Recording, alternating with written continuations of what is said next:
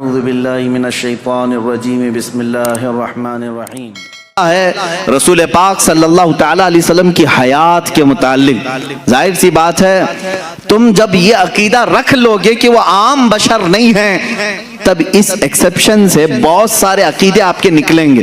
اگر کوئی آپ سے یہ سوال کرے کہ میاں سارے لوگ قبر میں جاتے ہیں، سب کا اختتام قبر ہے، دفن کیا جاتا ہے، سب مٹی میں ملتے ہیں، رسول کے ساتھ بھی ایسا ہوا ہوگا، تو آپ یہ کہیں یہ عقیدہ یہیں سے شروع ہوا جہاں تو نے رسول کو اپنی طرح سمجھا، وہیں سے تو نے یہ بھی رزلٹ نکال لیا ہمارے مردے سڑتے ہیں تو رسول کا بھی جسم پاک اس طرح ہو گیا ہوگا، معاذ اللہ رب العالمین۔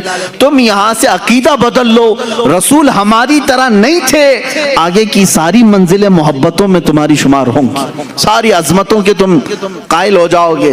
حضور پاک صلی اللہ تعالی علیہ وسلم کے بارے میں اگر میں یہ کہوں، ان کے جسم ناز کی بات تو چھوڑو، 14 صدیاں گزر گئی، ان کے جسم پاک سے کٹے ہوئے بال جو آج بھی رکھے ہیں وہ سڑ گل کر کے کہیں ختم نہیں ہوئے، نہ ان کو آگ جلا سکی، پوری کائنات میں آج بھی وہ روشنیاں بکھیر رہے ہیں، ہزاروں عشاق کے سینے میں عشق مصطفیٰ دھلا بھی رہے ہیں، جلا بخش رہے ہیں، تو رسول پاک کے جسم ناز کی کیا بات ہے۔ بلکہ بزرگوں نے فرمایا وہ حصہ جو رسول پاک کا جسم لگا ہوا ہے قبر پاک، اس کو کہا گیا ہے وہ عرش اعظم سے بھی افضل ہے۔ ادب گاہست زیر آسماں از عرش نازک تر، نفس گم کردہ می آیت جنید و بایزیدی جا۔ فارسی میں کہا گیا ہے عرش سے بھی نازک ترین ایک جگہ ہے آسمان کے نیچے، کون سی جگہ ہے؟ یہ وہی لحد مصطفیٰ ہے جہاں جنید بغدادی اور بایزید بسطامی بھی حاضری دیتے ہیں تو اپنی سانسوں کو روک لیا کرتے ہیں کہ نکلنے والی سانسوں سے کہیں بے ادبی نہ ہو جائے۔ یہ وہ مقام ہے لحد مصطفیٰ صلی اللہ تعالی علیہ وسلم، قبر مصطفیٰ کی اتنی افضلیت ہے۔ اسی لیے اعلیٰ حضرت فاضل بریلوی رحمت اللہ تعالی علیہ سے کسی نے پوچھا کہ مکہ افضل ہے کہ مدینہ افضل ہے؟ یہ بھی معاملات آتے رہتے ہیں، مکہ افضل ہے کہ مدینہ افضل ہے؟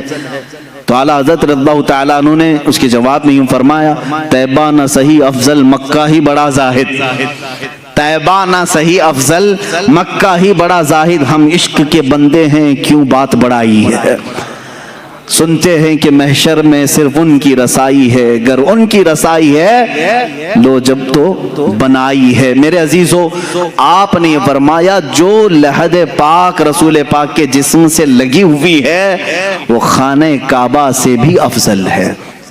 اس کی وجہ کیا ہے؟ رسول کریم صلی اللہ تعالی علیہ وسلم کا جسم ناز خانہ کعبہ سے افضل ہے۔ کعبے کو مطہر کس نے بنایا؟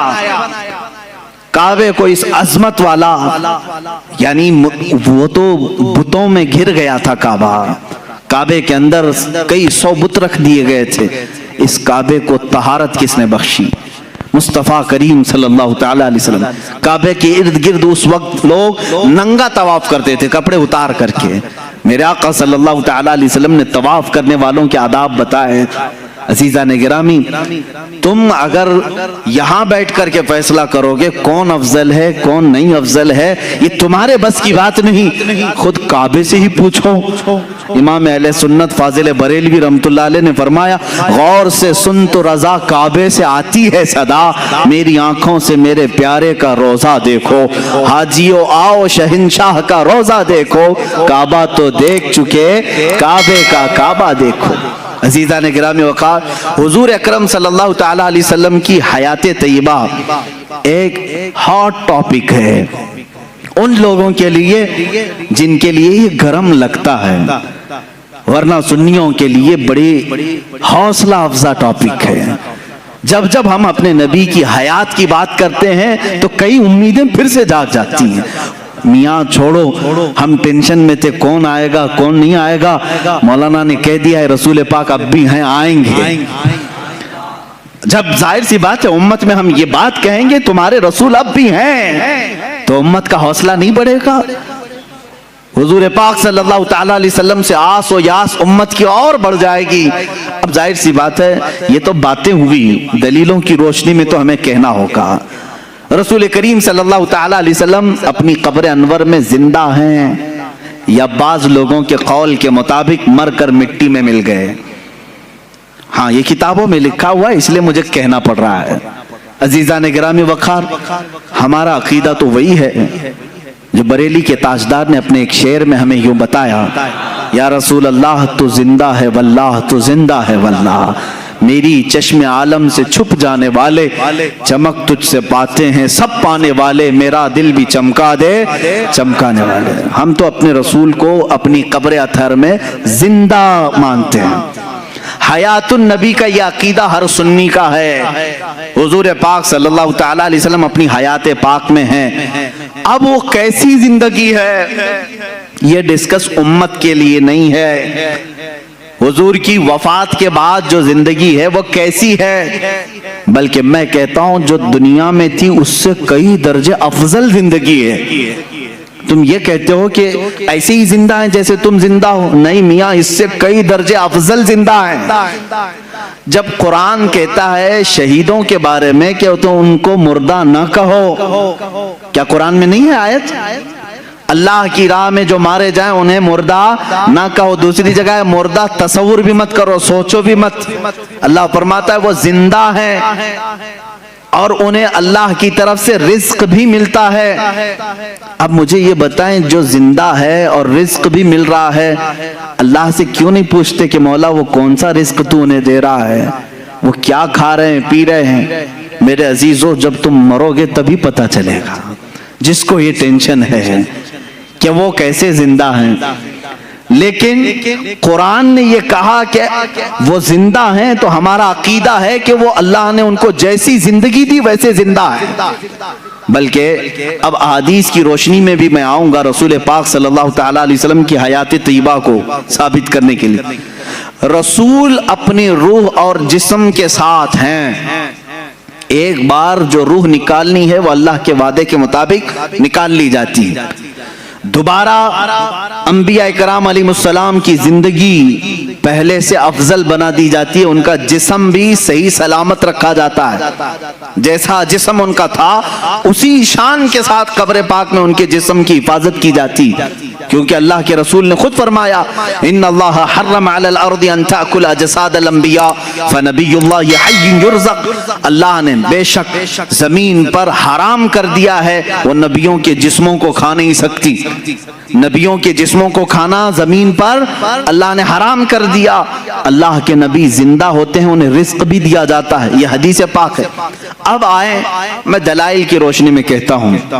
عربی کی اگر عبارات بھی پڑھوں، تھوڑا بہت میں آپ کو گرامر بھی بتا دوں. جو جملے ہوتے ہیں ان جملوں میں کیا چیز کا ہونا ضروری ہے.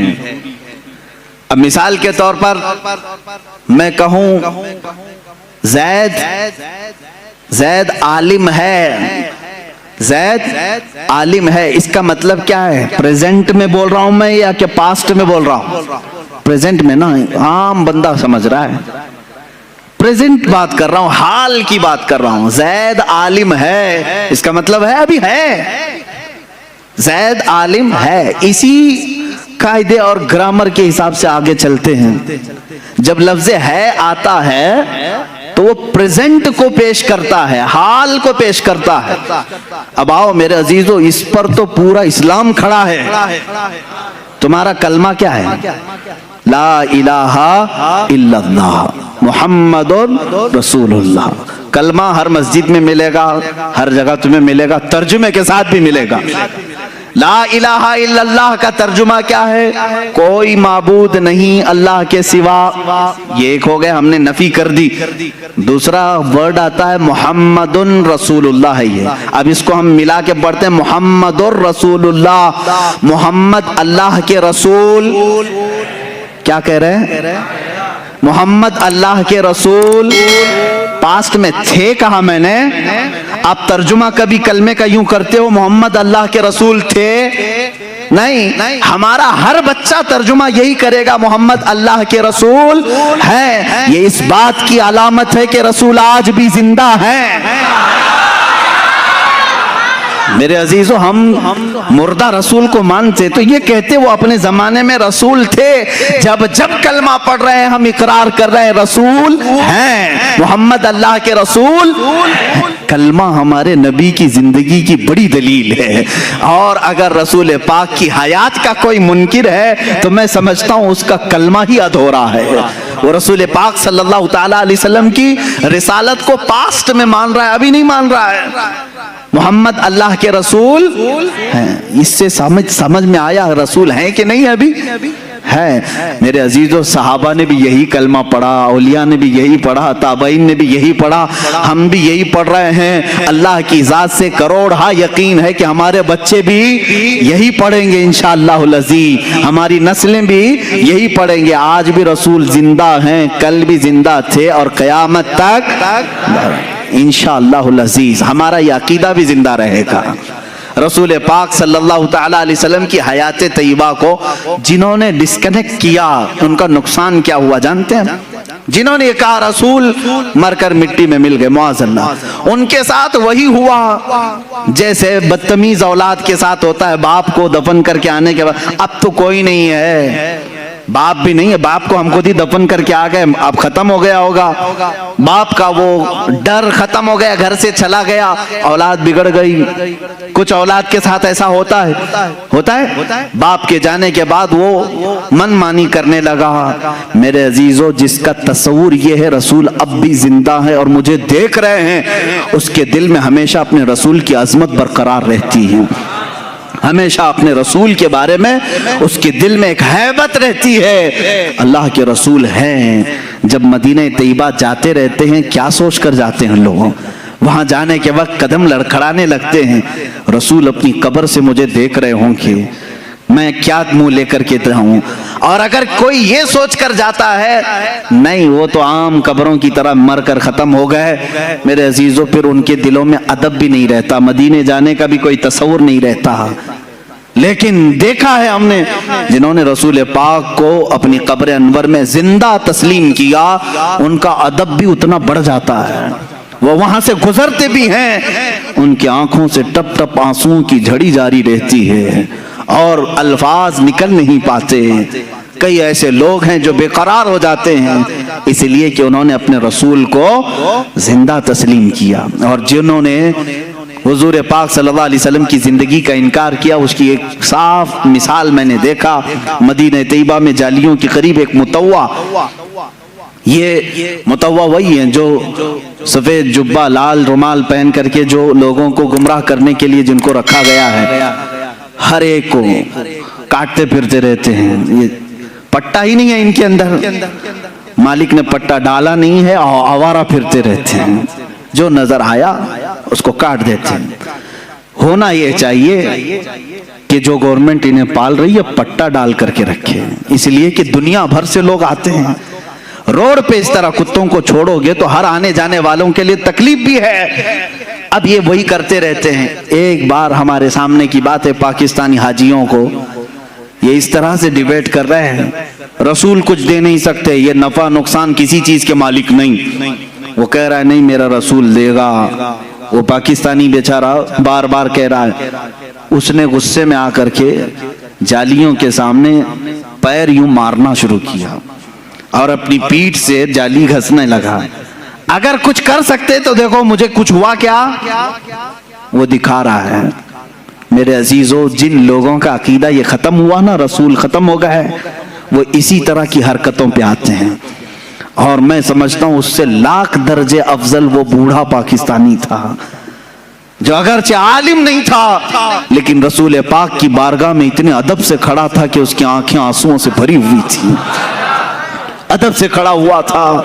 عزیزان گرامی وقار, اس عقیدے کو آج پھر سے زندہ رکھو اپنے سینوں میں, اپنے ذہن میں.